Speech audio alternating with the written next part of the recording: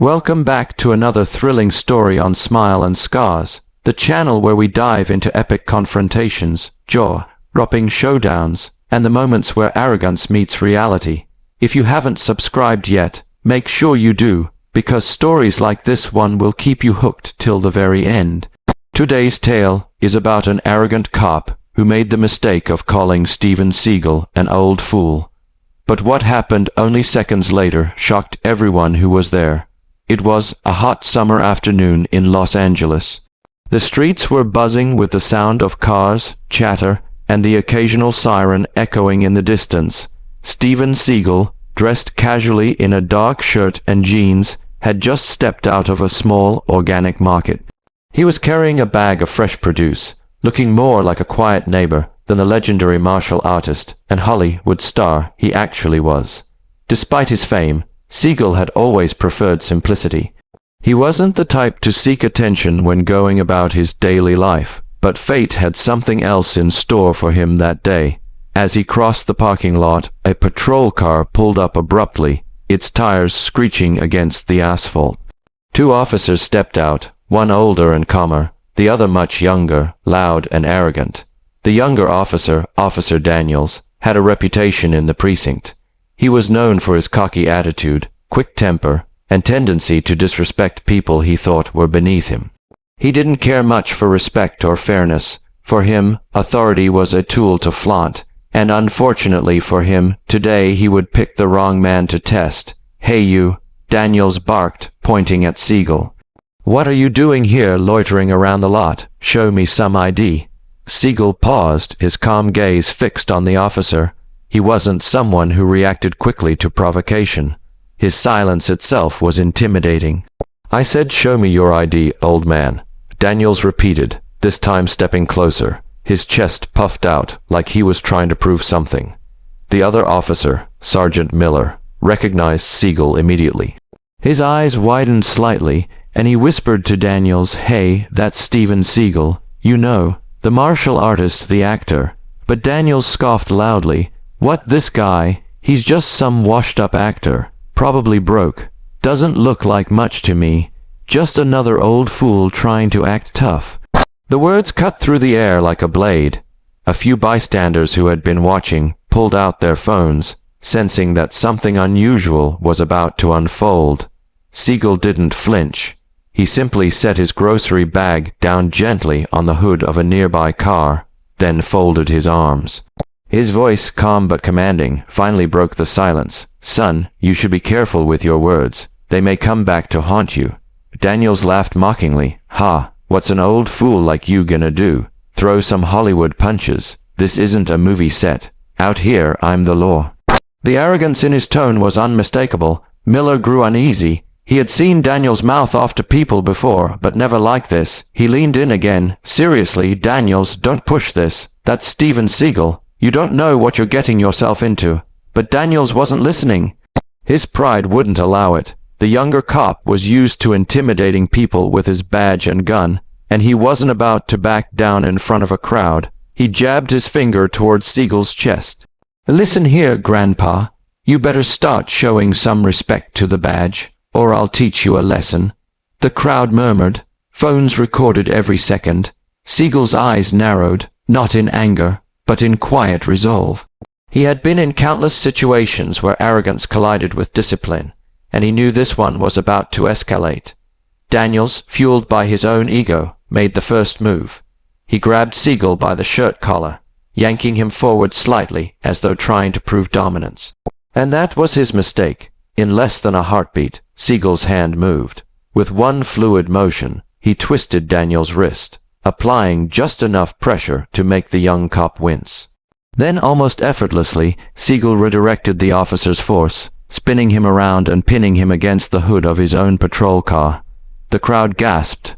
The movement had been so fast, so precise, that most people barely saw what happened.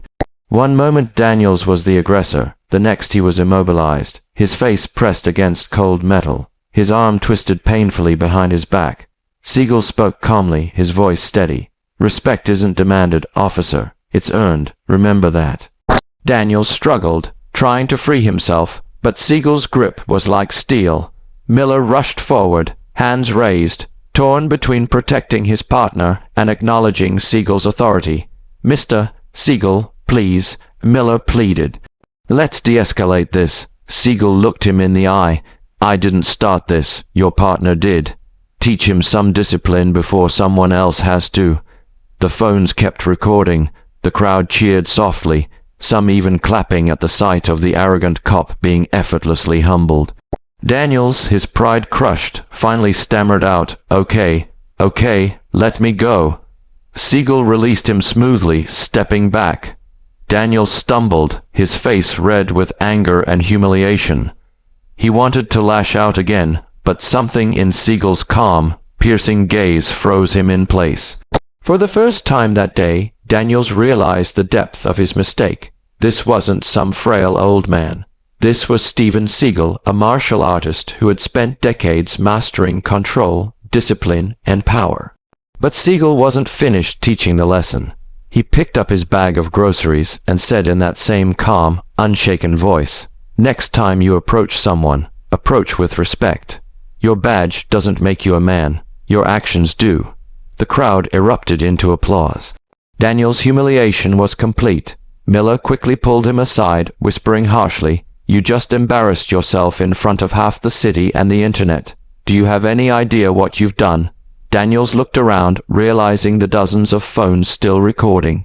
His career, his pride, his ego, all of it now hung in the balance. But deep down, the worst part wasn't the videos or the humiliation. It was the fact that in those few seconds, Steven Seagal had shown him what true strength looked like, and it wasn't arrogance. It was discipline, respect, and control. The sun dipped lower in the sky as Seagal walked away, his calm steps echoing like a reminder that some lessons in life can't be avoided. Daniels had called him an old fool, but in the end, it was Daniels who looked like the fool before everyone watching. And little did he know, this was only the beginning. Because the fallout from this incident would spiral into something even bigger, and Steven Seagal would once again be forced to prove that real warriors never truly age. The crowd slowly began to disperse after Steven Seagal's calm yet powerful lesson to Officer Daniels. But the incident had already gone viral online. Within hours, multiple videos appeared across social media platforms showing the legendary martial artist subduing the arrogant cop with effortless precision. The title of the clips varied, but one message was consistent. Steven Seagal humbles cocky police officer in seconds. By the evening, Daniel's name was already trending, and memes mocking him flooded the internet. While Seagal returned home to enjoy his groceries and peace, Daniels sat in his apartment, seething with anger. His pride had been crushed in front of not only his partner and the crowd, but now millions worldwide. He replayed the videos on his phone, his jaw clenching tighter with each replay. His humiliation burned hotter than fire. "That old fool embarrassed me," he muttered to himself. "I'll make him regret it." The next day, Daniels stormed into the precinct, demanding action. He claimed Seagal had assaulted him, twisting the story to paint himself as the victim. But Sergeant Miller shut him down immediately. "You started it, Daniels," Miller said firmly. "The footage shows everything. If anything, you're lucky he didn't press charges against you." Daniels slammed his fist on the desk. "So what? I'm just supposed to take this humiliation lying down. He made me look weak." Miller leaned closer, his voice stern but laced with concern. "You were weak. Learn from it. Seagal taught you a lesson you needed. Don't make things worse." But Daniels wasn't the type to learn. His arrogance blinded him. Instead of reflection, he planned revenge. A few nights later, Daniels gathered 3 of his equally reckless friends' men who thrived on intimidation. They weren't interested in justice. They wanted power and control. Daniels told them his plan. They would confront Seagal in his neighborhood, away from cameras and bystanders. This time, Daniels thought, he would be the one in control. "Trust me," Daniels told them, his voice low and determined. "That old man won't know what hit him. We'll remind him who runs these streets." The group armed themselves with batons and tasers. They weren't foolish enough to pull guns. They didn't want it traced back to the precinct, but they were confident in their numbers, 4 against 1. To them, it sounded like an easy win. Meanwhile, Steven Seagal spent his evening quietly, sitting in his backyard dojo. He practiced slow, deliberate movements, his focus deep and unwavering. For Seagal, martial arts had never been about fighting. It was about discipline, peace, and control.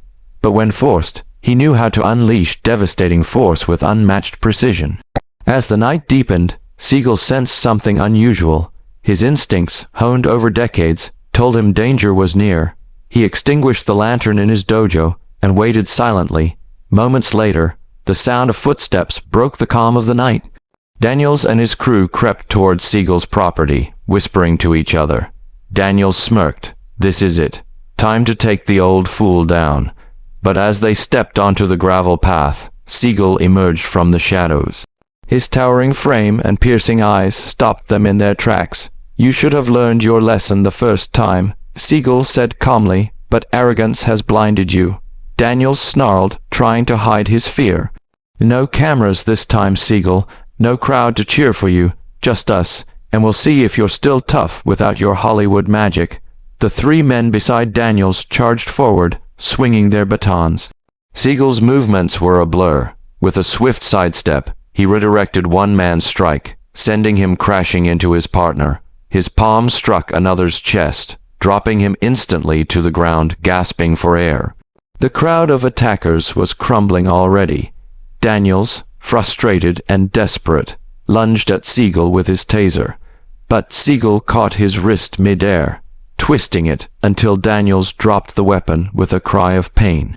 You rely on tools, Seagal said coldly. I rely on discipline. Daniels staggered back, fury burning in his eyes. He threw a wild punch, but Seagal deflected it effortlessly, sweeping Daniels' legs out from under him. The arrogant officer landed hard on the ground, dust rising around him. The last of Daniels' friends tried to rush Seagal from behind, but with a smooth spinning movement, Seagal struck him down with an elbow to the jaw, sending him sprawling. In less than a minute, all 4 men lay groaning on the ground. The fight was over before it had even begun. Seagal stood tall, unshaken, while Daniels struggled to rise. You humiliated yourself again, Seagal said, his voice steady as stone. Strength isn't found in numbers, weapons, or arrogance. True strength is discipline, respect, and honor, and you have none of those. Daniels looked up, his face twisted with anger and shame. Why can't I beat you? He gasped. Seagal leaned closer, his voice low but powerful. Because you fight with ego. I fight with purpose. That's the difference. Miller, who had followed Daniels after growing suspicious, finally arrived. He froze at the sight before him, his partner and 3 others defeated and humiliated, while Seagal stood untouched. Enough, Miller shouted, rushing to pull Daniels to his feet. You've gone too far this time. You're finished, Daniels. Daniels tried to protest, but Miller silenced him. You embarrassed yourself in public, and now you've tried to ambush Steven Seagal like a criminal. You're no cop. You're a disgrace to the badge. Seagal gave a small nod to Miller. You're a good man. Teach your people better, or the streets will teach them the hard way. The police department launched an internal investigation. Daniels and his crew were suspended and eventually fired for misconduct. His career ended not because of Seagal's fame, but because of his own arrogance and abuse of power. As for Seagal, he went back to his peaceful life. He never sought revenge, never boasted about what happened. For him, it was just another reminder that arrogance and ego always lead to downfall. In the end, Daniels learned the lesson he refused to accept earlier. Calling Seagal an old fool was the biggest mistake of his life, because Seagal proved once again that discipline and respect will always defeat arrogance and pride. The world saw the videos, the aftermath, and the message was clear. Some men grow older, but their strength, wisdom, and spirit never fade. And Steven Seagal, the man many underestimated, showed once again why legends never die.